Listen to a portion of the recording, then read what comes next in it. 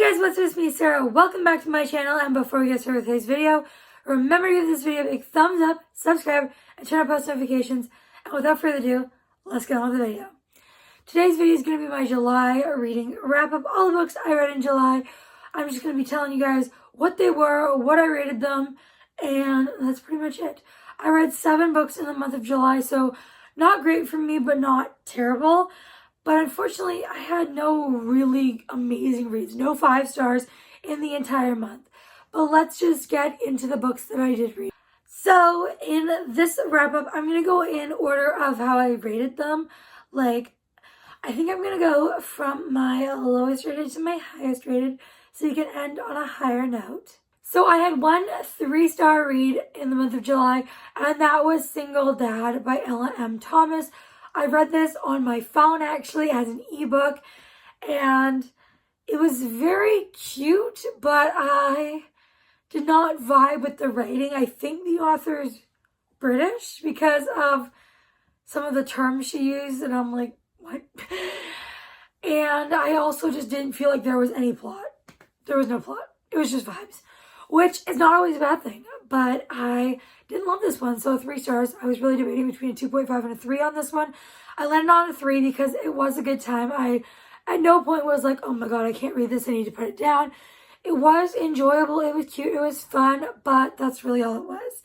So overall, I would probably not recommend this one. And now I had 3.5 stars in the month of July. So I read Between Never and Forever by Britt Benson. This is a single dad romance, but a lot of it does take place in the past when he and our FMC are teenagers.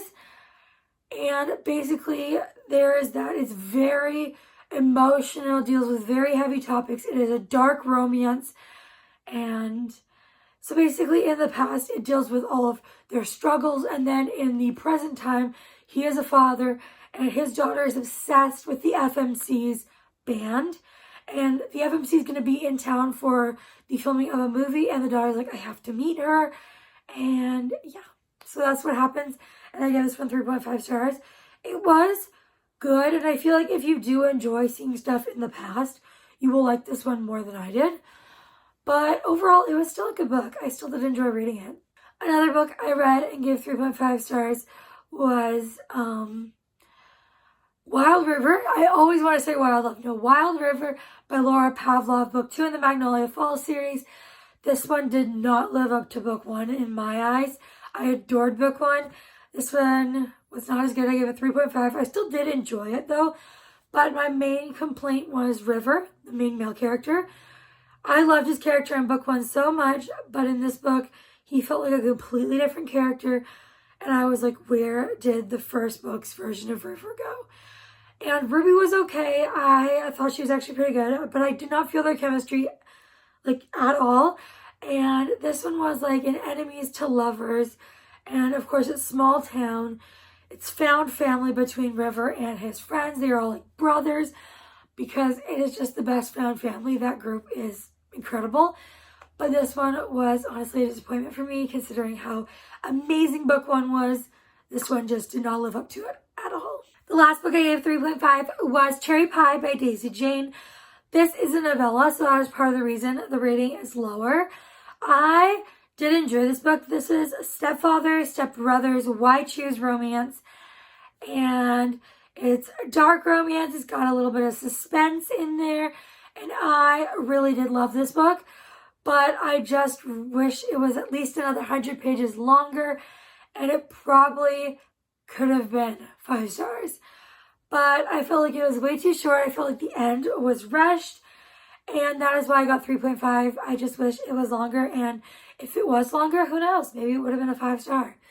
But I do really want to continue reading books by Daisy Jane. And yeah, so I did love the writing and I love the characters as well.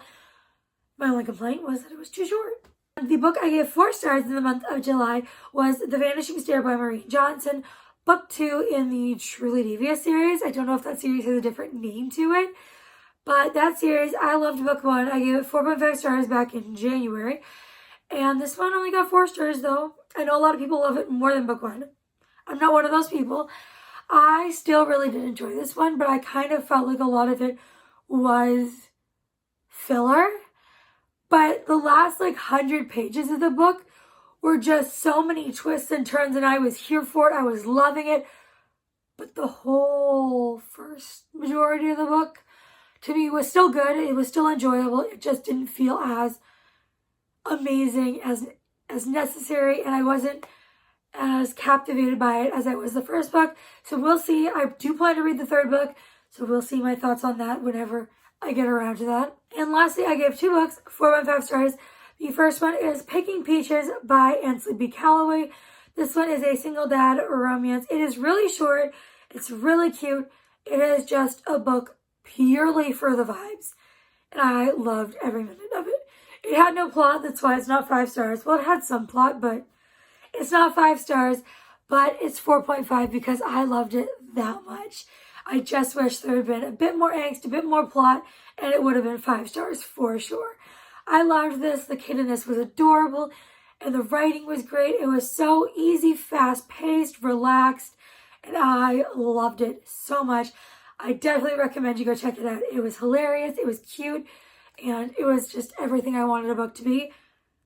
But it was missing a little bit of angst and a little bit more plot.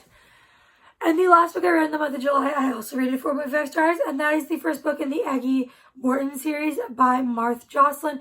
It was called The Body Under the Piano. This is a middle grade mystery, and I really did enjoy this one.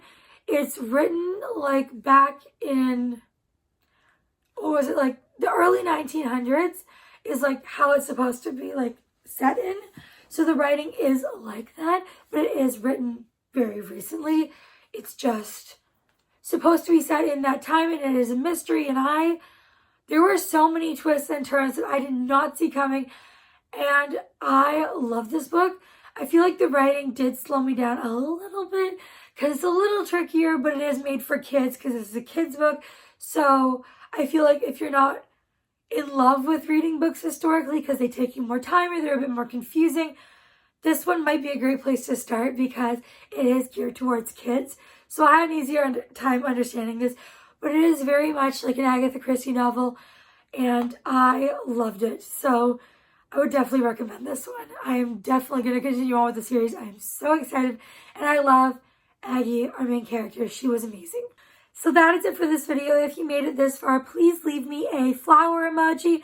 And before you go, make sure you give this video a thumbs up, subscribe, and turn on post notifications. And I'll see you all next time. Bye, everyone.